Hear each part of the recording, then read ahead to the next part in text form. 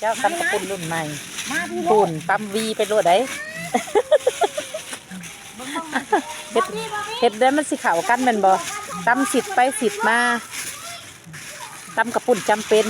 ในหัวซะแล้ว สิทธิ์ออกใกล้ถุงฮอดบ่ได้กินซุมเจ้าเบิ่งดูนี่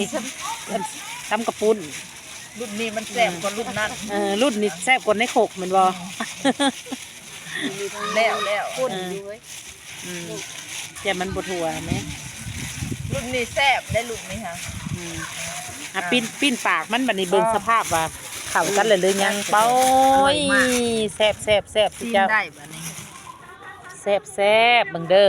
มือไผมือมันหลุดได้สุดเจ้าเอ้ยกินอยู่กลางเดินแซ่บอะไรเนาะแซ่บนะ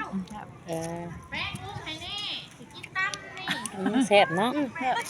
แซ่บเด้อมาเด้อพี่น้องมาเด้อโมเมนต์แต่ทั้งแป้งเด้อใช้นางหวานข่อยเห็นนางหวานแซ่บพี่น้องเอิ้นละบ่นางหวานน่ะเนาะแซ่บขนาด